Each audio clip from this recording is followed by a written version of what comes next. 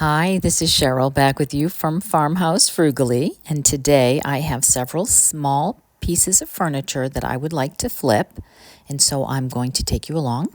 This little table was beside my husband's side of the bed, and we are doing something different in our bedroom, and it's very cute, but it could use just a little bit of an update. I'm not in love with the orangey tone of the wood, so I thought the first thing I'm going to do is I'm going to sand that and see what we have to work with. And it turns out that it's a fairly decent piece of a veneer wood, I would say, on top of this, so I am lightly sanding to make sure that I can still keep the wood. If you over sand, this veneer can go down to the probably plywood that is underneath. And then I am just kind of rounding over the corners, just basically getting the top coat of stain off of this, wiping that down.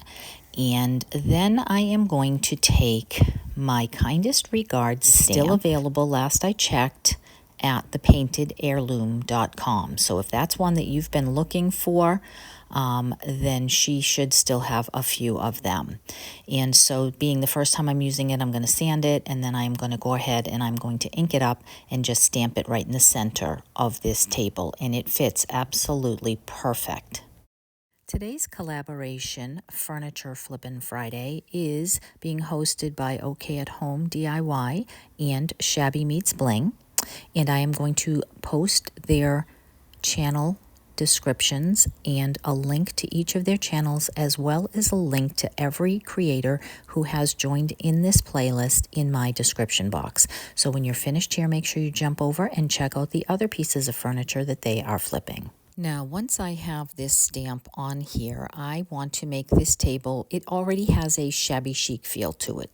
Now that I have taken that color off the top, I like the white that is on the leg. I did want to go into my stash of transfers and pull out things that felt shabby chic, cottagecore, and dress this up a little bit. Now I recognize this feels a little bit spring and we are heading into fall, but oftentimes it is the piece itself that dictates for me what it really does want to be.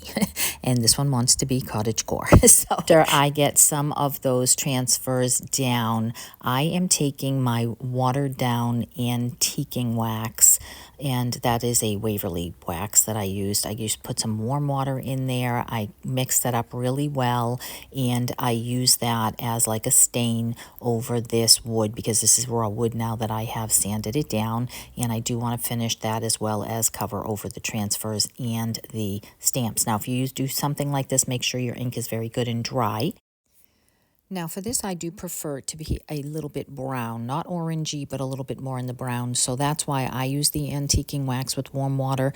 But I know a lot of people add a little bit of black into that. If you want something a little more walnut maybe in nature, then add a touch of black paint to that stain, and that will give you that look. And then once I have the whole top finished and buffed down, I decide that I am going to take some straight antiquing wax, and I am going to go over the legs, because the legs now look just a little too white to me, and I want it to have more of a vintage feel.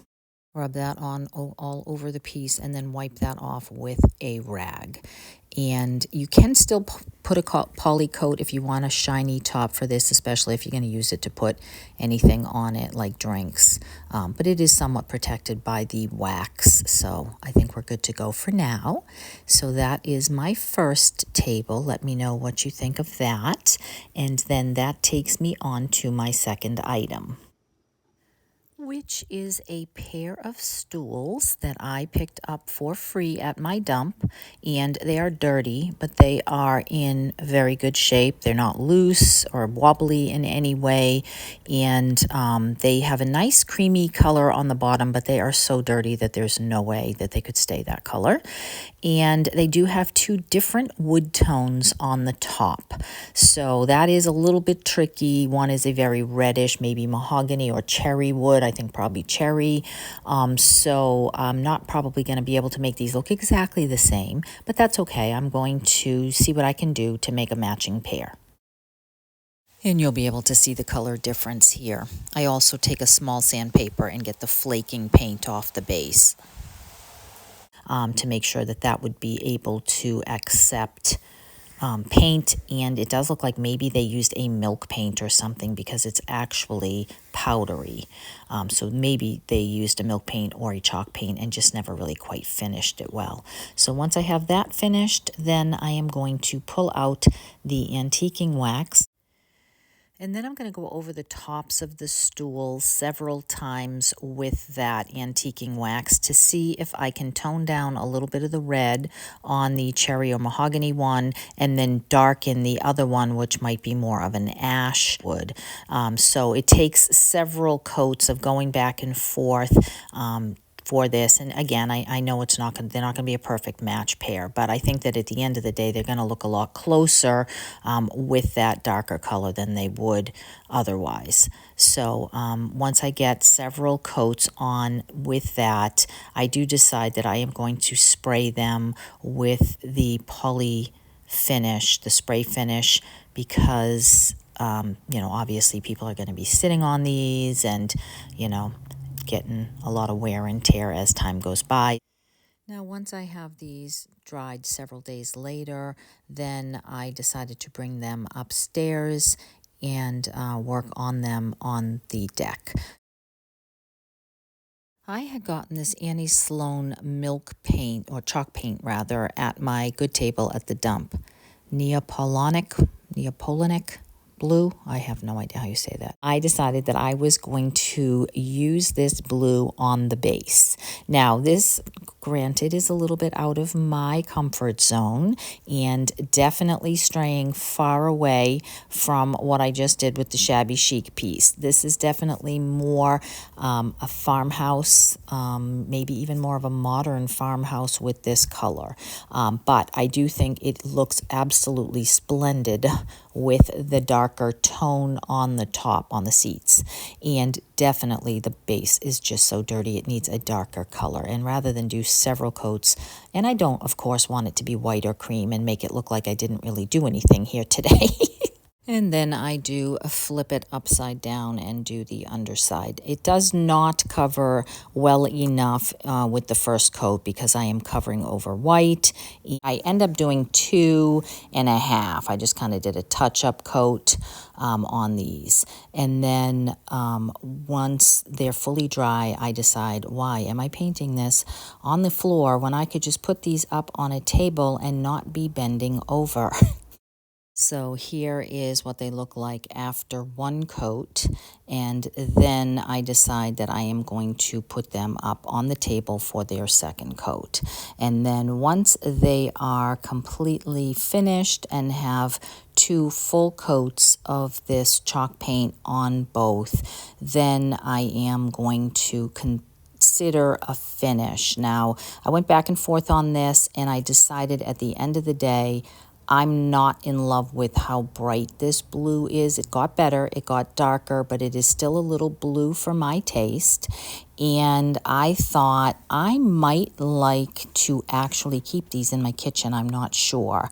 The black pair beside it I got at the dump for free, and they, it turns out, are $465 each. They swivel and they have a great farmhouse style to them. My daughter has listed them on her Facebook marketplace, so hopefully those will sell. So I am just taking that Krylon antique wax and I am putting that on with a rag, and then I am using kind of a firm grip to sort of wipe that back and cover over that chalk paint. And this wax will help preserve the wood as well as protecting the chalk paint. However, being that these are stools and people put their feet up on them, I will probably, after this cures for a week or so, put a clear matte poly finish all over the base as well. But here you can see the difference between the one that is and the one that is not dark waxed, and I definitely prefer the one that has that dark wax over it. Now, I knew it wasn't going to be the same blue color that I have on my hutch, but I did think far enough away against my island that it might actually go well in this kitchen with that blue tone. So let me know what you think about this set of stools that I got for free at my dump and refreshed them. Don't forget to check out the playlist. I would love it if you would hit subscribe, especially since I'm almost at 3,000 and I am planning a great giveaway. And I would love a comment if you would share this with a friend and all the things. So thank you so much for stopping by. I will see you in the next one. Take care.